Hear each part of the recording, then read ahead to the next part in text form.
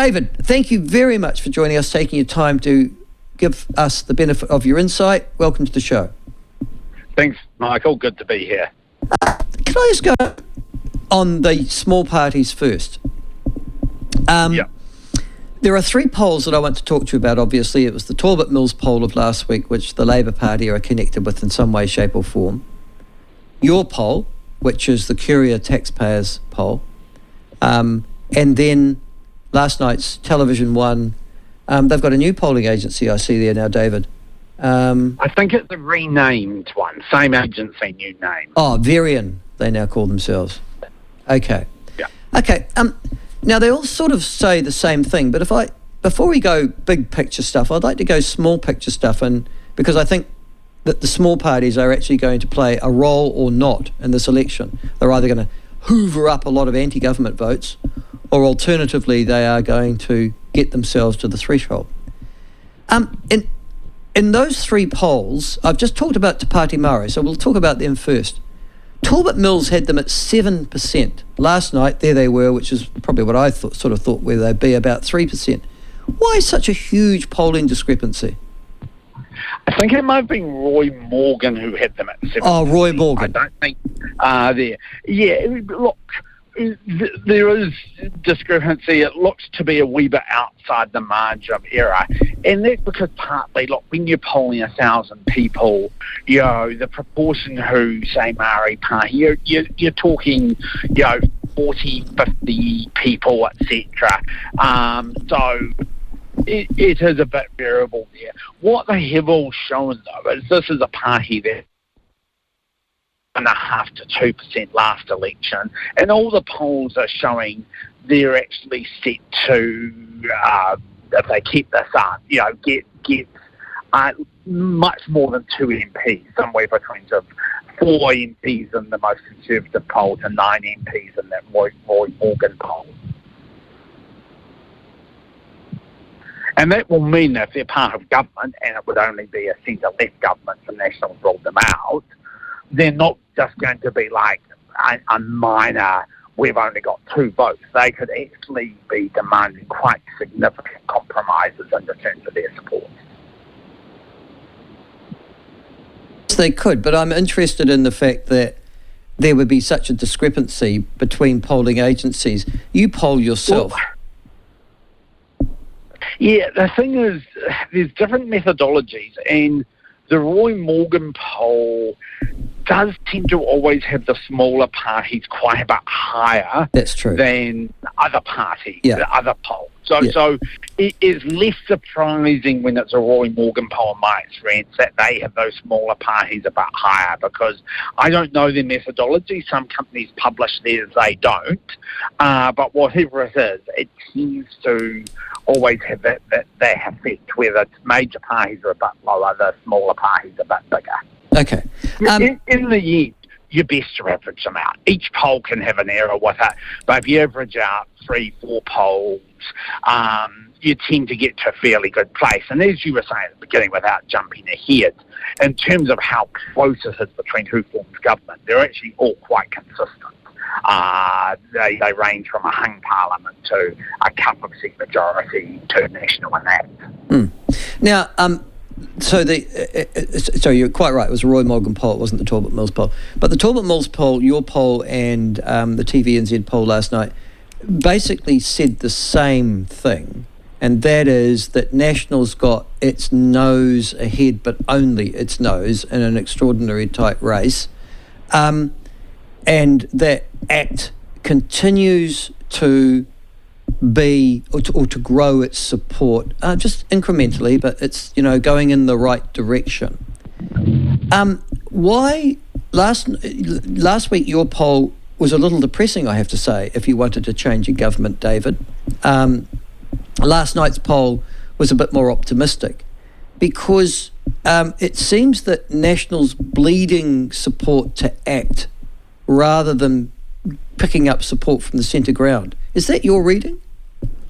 Look, that's correct, where ACT is doing quite well, but generally at the expense of National. So for the last few months, the centre-right vote hasn't grown significantly. But they've been ahead most of the time, and that's good, because when Hipkins took over, there was a bit of a honeymoon effect for Labor, so that's faded. But yeah, you can't be complacent. It is looking extremely. There are other polling questions that probably give more comfort for the potential for a change of government. The fact that so many people think the country direction is going wrong. In the end, they're not yet convinced about the opposition, but they will have to vote. And if people are saying, well, I'm really unhappy with the status quo, is more likely than not, but not guaranteed, that they will end up saying, I'm going to vote for a change. Yes, and that's the thing, that's the part that intrigues me, and you would know this much better than I, is there are other factors in the poll other than how they're going to vote today that gives you a lead as to how those people will vote on the day. The other one that intrigued me last night, for example, was the preferred Prime Minister poll. Now, usually that always shows the incumbent has a good lead, irrespective of who the incumbent is. But, you know, if I was Chris Hipkins last night looking at that poll, I'd be a bit depressed. Absolutely. People often interpret this wrong. They just say, who's ahead, that's a good result for them. But, as you've said, the Prime Minister of the day is almost always ahead. And if you look at, they've been asking that preferred PM question since 1984. If you go to July of every election year, Hipkins is the third lowest polling incumbent Prime Minister. The only one I think who was lower was Jim Bolger, who just never ever did well with that particular question. I think Geoffrey Palmer maybe. So he's actually the third lowest. And Luxon, even though he's a bit behind Hipkins, he's fourth equal highest of the 14 opposition leaders since 1984. So, you know, I would be very worried if I was Chris Hipkins. He had a really good honeymoon. He did well with the response to the natural disasters, but his preferred PM rating has been dropping because I think he just tells people what he's not going to do rather than what he is going to do.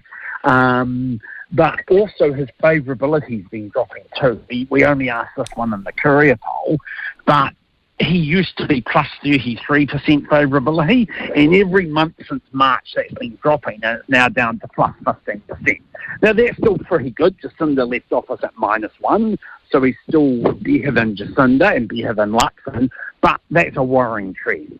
He's still their best asset though, because everything else, well, they don't have any other assets really, to be perfectly honest with you, do they? Absolutely. And on the campaign trail, I mean, Labor's hopes are he's a very experienced campaigner. He's tenacious. He will be a good debater and probably have a better understanding of some of the policy details than Luxon, who's a first-term MP. So they'll be putting their hope on that. Having said that, people like Chris Hipkins, because he was the calm voice during COVID, because he comes across as he has a nice belly, but he can get quite aggressive under pressure. And if he sort of gets too aggressive in the debate, that could actually backfire. Yes, I guess that's true. Listen, the other thing is with these minor parties, I'm looking at the New Zealand First at the moment. I think they sort of bobbed around 3.5%. Is that enough prior to the election campaign to seriously trouble the 5% threshold, do you think? Not really, unless you're New Zealand First. If Winston's at 4%, I think he'll make 5%, but he's not there at the moment. I think when you're in that 3% range, you suffer a bit from the irrelevant, where you're not going to get the publicity. The real problem you've got is that there's 5 minor parties all partly competing for what you could call the freedom anti-mandate vote. And some of them are doing quite well for a new party. Like Matt King, the Democracy NZ, he often gets 1.5%, 2% preferred PM. They get 2% there. And they've had no media attention. This is all word of mouth provincial meetings. Leighton Baker is sometimes up at 2% preferred PM. You've got the Sue Gray Party, the Brian Tamaki Party, and to a degree New Zealand First is trying to get some of that support too. There would be over 5% on that one issue, I think, if there was one clear party. Yeah. But you've got such huge egos there with Yeah. the Tamakis, with Sue Gray, Yeah. the New Conservatives, Matt Layton Baker. That is going to happen. So I think there will be quite a high wasted vote there. Oh, I concur with you. And that would also be the other tragedy if you were seeking a change in government, is that really the government would be delighted. There's 8 to 10% of New Zealand who hate us. Throwing its vote in the waste bin. It's going quite well. Absolutely, that wasted vote could be quite meaningful. Well, certainly when it's this close. Listen, the other thing that strikes me is from this polling, and I said it in the leader, I can't remember an election this, you probably can, but I can't remember an election this close where 3 months out, I really don't know, based upon the polling, who's going to win the election. Have we been there before? I think 2005 probably comes closest. In the end, Labour got 2% more than National. On election night, in theory, there could have been a change of government. It would have been a bit of an unlikely one. It would have been a New Zealand First Maori Party national government. But in the end, United Future and New Zealand First went with Labour, and they narrowly squeaked back in. And perhaps another comparison there is, in 2002, Labour got this massive majority, National got decimated. Just like in 2020, Labour got a massive majority, National got decimated. Well, there. So it's feeling a wee bit like 2005, and that's why I'll be looking out for what Labour announces as policy. They've left a massive operating allowance in the budget, and in 2005, they came out with wiping off the interest on student loans as their sort of Willy Wonka golden ticket, and it worked. That got them ahead. So I suspect they're going to come out with some big spending policy in some regard to try and do a redo of 2005. Now, the other thing that strikes me is that as you go back to 2005, as a precedent, that again showed the Maori Party with 4 seats. They won 4 seats that particular year. They went up from 1 to 4. So it's not unprecedented that the Maori Party has these sorts of polling numbers, no? No, they've got. They've sometimes had no seats in Parliament, sometimes they've had 4. Generally, though, they've been winning the electorate seats. This could be an interesting one where I think it's the highest that they've been polling on the party vote. And I think that's partly somewhat disillusionment, where you've got centre-left voters who have turned off Labour and aren't particularly enthused with the Greens either, and are now turning to Maori. Part of that might have been helped by the fact that in the past, the Maori Party did keep its options open as to who they would go with, but they're very, very clearly now a left-wing party campaigning on left-wing issues, and I think that's what's been helping them. And going back to 2005, I note that that was really the end of Rodney Hyde. They had 9 seats going into the election. They got 7% at the election prior. They ended up only with 2 seats, and pretty much, I think, because Rodney Hyde had won Epsom. And that was pretty much the end of them until this amazing rejuvenation of ACT under David Seymour. What's the difference between Hyde and Seymour? Political management, partly. I was amazed that ACT came out with a party list where they quite brutally, effectively sacked 2 MPs, demoted 3 or 4 others down the ranks, put in 8 newcomers, not even candidates last time, but people who didn't even stand last time. And has there been a word of dissension from within ACT? They've kept discipline, they've kept unity. That's quite remarkable management. Last election, when they went from 1 to 10 MPs, I would have put money down that they would be the party of the scandals, of the new MPs who stuff up and do something wrong. In fact, all the scandals have been the senior cabinet ministers, while the acting MPs have kept there. It's not just discipline, though. They've been very smart with policy, with being proactive. Seymour, I think, has genuinely come across as, the thing I hear most often about Seymour is people just say, those who like him, is he speaks common sense, that he's willing to say things that others aren't willing to say. And I think that's worked quite well for him. It won't get them to a major party status, but it's certainly getting them to be, clearly the third party in the upcoming election. Now, the other thing is, there's a couple of questions here to do with polling. You don't poll the same people, you always poll different people every polling turn, correct? Yeah, it's random each time. I mean, there's a 1 in 1,000 chance you might get polled 2 polls in a row. But to take myself as an example, I've randomly been polled twice by my own company in 22 years. So it's very rare. Right. And the second issue is around bias. I'm fascinated in polling bias. Is there one to start with, do you think? Well, people assume there is, but what's quite interesting about the latest polls that came out is the Talbot Mills poll, who also poll for Labour. People might think, they're going to have better results for Labour, but they actually showed Labour 5 points behind. Well, my poll for Taxpayers Union, and I also poll for National, and people go, you can't trust those polls because, they must be favourable to National, actually showed it closer and not as good a result with National. So you don't have deliberate bias.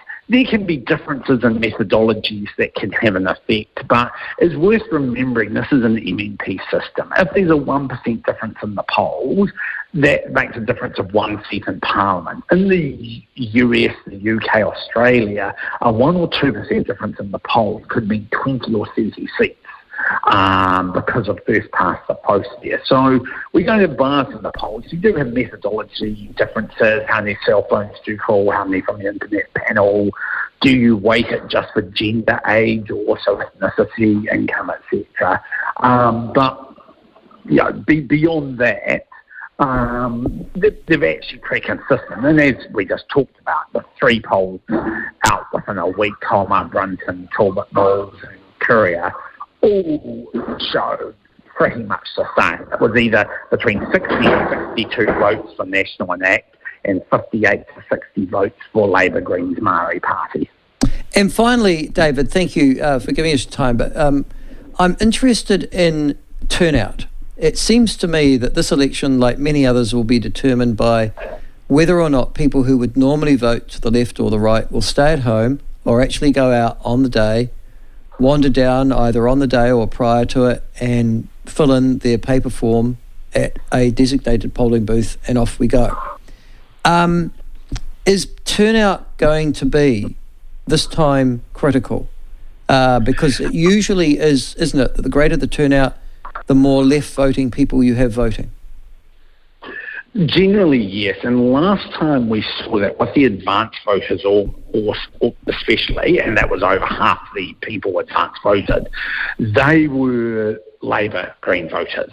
They'd made their mind up. They loved Jacinda. They loved the COVID response, and they didn't need to hear any more debates or policy. And then what happened is the polls were showing Labour were well ahead, and National voters were a bit dispirited, and some of them simply didn't turn out. Conventional wisdom is that incumbent government voters will be a bit dispirited. They've backtracked on 20 policies or so. The economy's not doing well. So that they might have lesser turnout. And for those who think the country's going the wrong way, are probably more incentivised to vote. So that could well make a difference. But Labour have a very effective turnout machine. National puts a lot of focus on that too, but wasn't as good at it last time. So I think what you're actually going to see is the moment advance voting stops, I think you're going to see the end of the persuasion campaign, and the last 2 weeks the parties will focus almost purely on turnout. And that will, again, when it's that close, that extra 1 or 2% from turnout could be critical. The other thing that could be critical too is the overseas voters.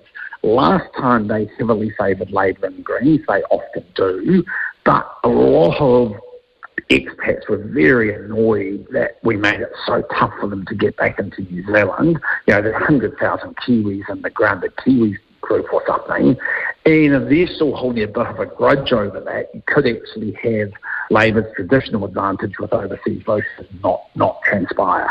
And that usually determines those overseas votes, those late votes, those special votes. What are they? Well, just actually, no, you'd be able to tell me. Overseas votes, do they usually get counted prior to the election, or are they counted as special votes after? Special votes after, generally. Right. Okay. In the last election, maybe 2 elections, the special votes and overseas votes have added 1 to 2 seats from the centre left. So Yes. if it was 60-60 on election night, I'd be happier to be Chris Hipkins than Chris Luxon. If it's 62 seats or more on election night with the centre right, you probably will be okay come the final result. And your waters, David, and your heart of hearts, and your little instinct that's buzzing around that sort of can put aside that, the National Party is something that I've worked for a while. How do you see this election go? At the moment, I'd still think National's in the better position, but, if I was a betting person, I'd say they're probably at 65% likely to win. Now, that's a lot better than 35, so you could say that's a 2 to 1, but 35% is, if you're rolling a dice, that's 2 out of 6 chances. Donald Trump was rated at 27% chance to win before 2016, and he came through and won. I always have in my head this sort of running, what do I think the chances of a change of government? For a while it was 50-50. It's never been more than around 75-25 though. I've never seen in the last 2 years any period where the polls have had the centre-right clearly ahead that could survive, a campaign which could shift a few percent out. Okay. Thank you, David. We'll be talking to you again. I appreciate the time that you've taken us this morning. You have a very good day, my friend. No problem. Thanks, Mike. Okay, mate. Good on. We'll talk to David, obviously, a lot more. There'll be a lot more polling that will carry on. You'll probably die the death of 1,000 polls prior to election day. It is, 88 days now, I think? Yeah, until the election. But there you go. For those of you who were watching last night, expecting some sort of sea change, you would have been disappointed on TV1's poll. The last 3 polls, though, the Talbot Mills poll, this poll, and the Curia poll, all suggested that National had, as I said, their nose, perhaps half a nose, in front, National Act Coalition. But many a slip twixt the cup and the lip. The really interesting thing about the 2005 election, and if that's going to be used as some sort of precedent for evenness, is how it turned out. It's worth remembering that the 2005 election was the 3rd term, or the Helen Clark had done 2 terms as the Labour Party Prime Minister, and she was bidding for a 3rd term, all right? So there was fatigue, if you like, in the process. Don Brash and the National Party had done, the National Party had done really, really badly at 2002, so not unlike just last time. And Bill English had led them to a disastrous defeat. They got just over 20% of the vote. That's how disastrous it was in 2002.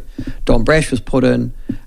Remember, Kiwi, not Iwi? And there was a couple of other promised huge tax. I can remember, promised huge tax relief for New Zealanders. Massive, $50, $60 a week in your pay packet, that's sort of massive.